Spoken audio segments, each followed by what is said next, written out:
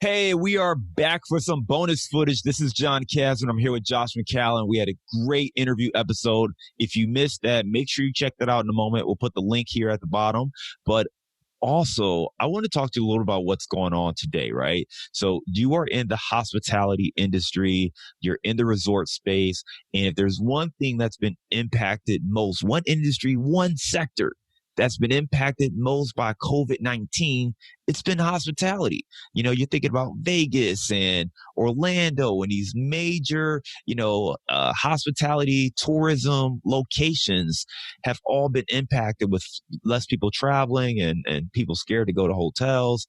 I want to know, where do you sit with this? Where do you see your business and how are you guys positioned to make it both through this, but also, or I should say, right now as you're going through it, but then also as you look forward to the future, how are you guys positioned? Sure. Well, thanks for being here with you, John. I really love it, by the way. Great community. So Accountable Equity is the group that helps all of our investors join us, and that's our investor community. So that community and I have spent weeks and weeks probing what's going on in the economy and where we live, since our specialty is asset acquisition of hospitality.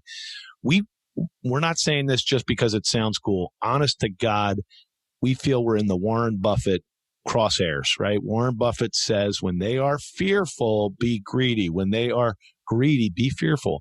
So we have that going for us. I think we're right where every single article is negative about hospitality.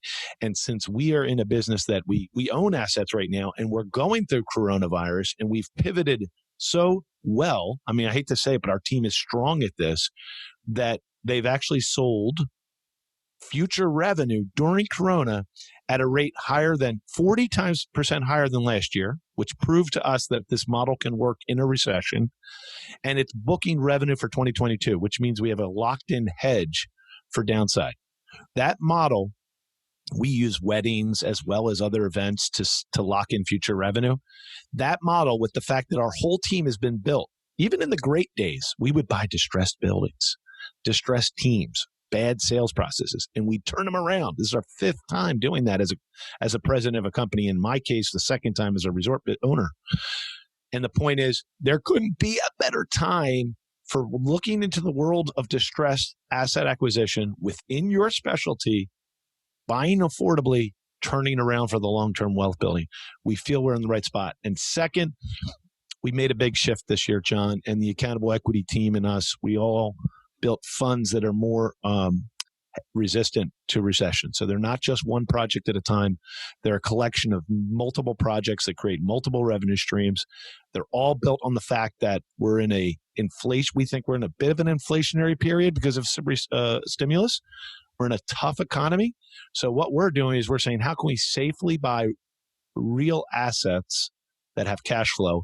Because we honestly think the tailwinds of 2-3 years from now will be pretty robust, and assets will go up, and the cap rates will be compressed because there needs to be assets that are turned around. And because there's going to be this period of time where people are scared, we'll be the one coming to market with great brand new assets right as we come out of the trough. So honest to God, we feel like we're making it well through the current environment, and we're positioned for our big growth. We had always said someday we will own 100 resorts, and we look like this might be our opportunity. And Josh, how does that fare with the industry as a whole, right? Because how is hospitality? I mean, are you seeing the same optimism for hospitality as a whole, or is there something unique with your business model? Yeah, that's a great question. The media is definitely negative, and big business, Marriott, for example, seem very oppressed and negative when they talk about hospitality. And I'm not disagreeing with them. They obviously have 75 more economists than I do. But what they're missing that we're seeing on the ground in our assets is we're selling revenue to people that are looking beyond it in the wedding model. So since our weddings represent so much profitability to us, we're a little different than just a Marriott. Marriott really is dependent on the roadside highway traffic. So perhaps their forecast is a little going to be depressed. They think corporate meetings are going to be down for a year. We don't disagree with them on those things. But since our revenue is so geared towards life events, and life events are not slowing, right? So family needs are still happening. Weddings are still happening. As a matter of fact, they're still growing. So that means somehow the boots on the ground, the families are willing to look past this cycle we're in to continue their life event. And since we're so geared at focusing and maximizing those life events like weddings, our business is up on a year over year sales process. We're down on a daily restaurant business. Actually, we're way up on restaurant business, but overall, our overall revenue daily is down. Why? Because the governors don't let us open everything yet. If we could open everything, I think it would be up. So we're seeing on the ground experiential releases by environments like ours, meaning getting away, having world-class wine with us. That's on the way up, we think. And there's one last crazy thing. If the recession knocks out a bunch of mom and pops, which it will, there will be a lot less restaurants in a year. And we make it through with our corporate model, our sales process, our culture. That means there's going to be compression on our properties. There'll be the same number of people are going to want to eat at restaurants next summer as wanted to eat at restaurants last summer. But if there's 25 to 30% less restaurants, there's more pressure on our restaurants for daily guests. And same thing with our hotels. So because of our niche and because of being boots on the ground and going with experience, as you teach me all the time about why you loved our resort was the experience, that's what our guests say too. Every time we feel we're being eyes wide open and we're going right into where our sweet spot is.